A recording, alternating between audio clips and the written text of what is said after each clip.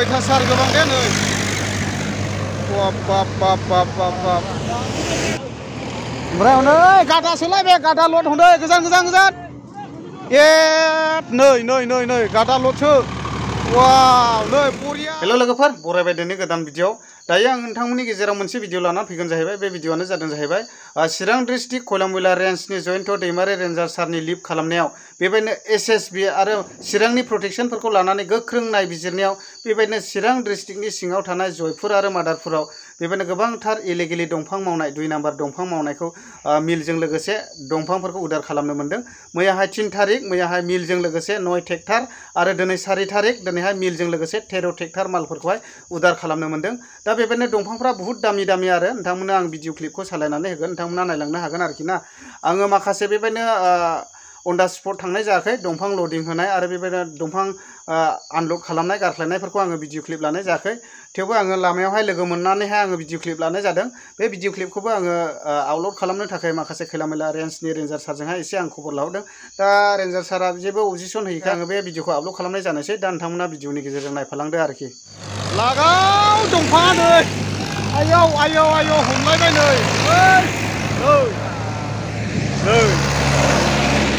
वा सिदा गोजा नै सिदा हाब गंसे थांखो वा फाथाय गोजा नै बरिया चिराङाव दे इयो बरियालै दंफाङा नै बरिया सिदा गोजा माने खैलामैला रेन्जनि फरेस्ट बिफानफ्रा लांबाय आरो दा ना नै बेबो सिदा गोजा दे लोगोफोर नै वा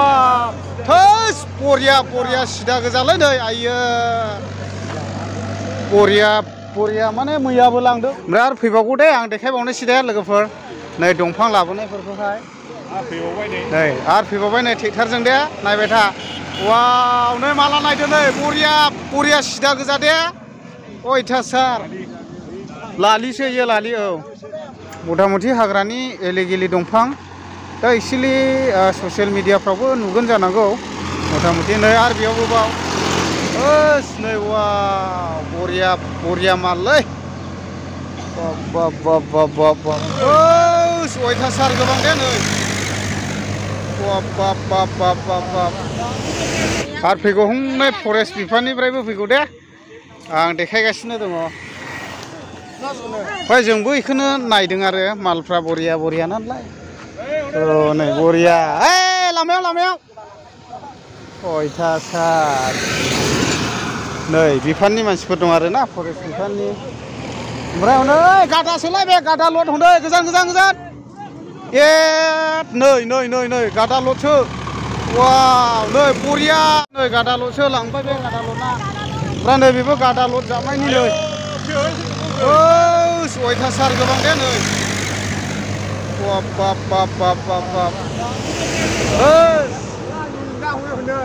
ओमफ्राय नै नायदो मिला नै उनावहाय आरो ना ओमफ्राय मबेयाव सिज खालामना लाबोखो एक्चुअलि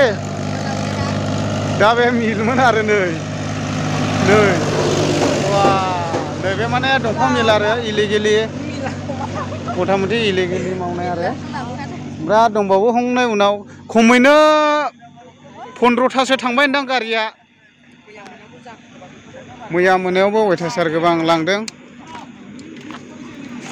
दा बिदि आरो जास्ट आं नोंथांमोनहाय ओरैनो लामायाव लोगो मोननाय हिसाबै आं देखायबायल' खुनु कन्टेन्ट मोनाखिसै आरो ना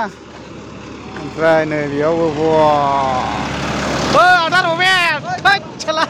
नै माने बिसोरो लायदों आरो जाबनानै माने ट्रेक्टरखौ सिज खालामाखै दे ओमफ्राय बेयावनि माखासे स्टक मालफोरखौहाय माने बिसोरो डिपार्टमेन्टनिफ्राय जाबनानै लाबोबाय आरो दा बेनोमोन लोगोफोर दिनैनि भिडिअआ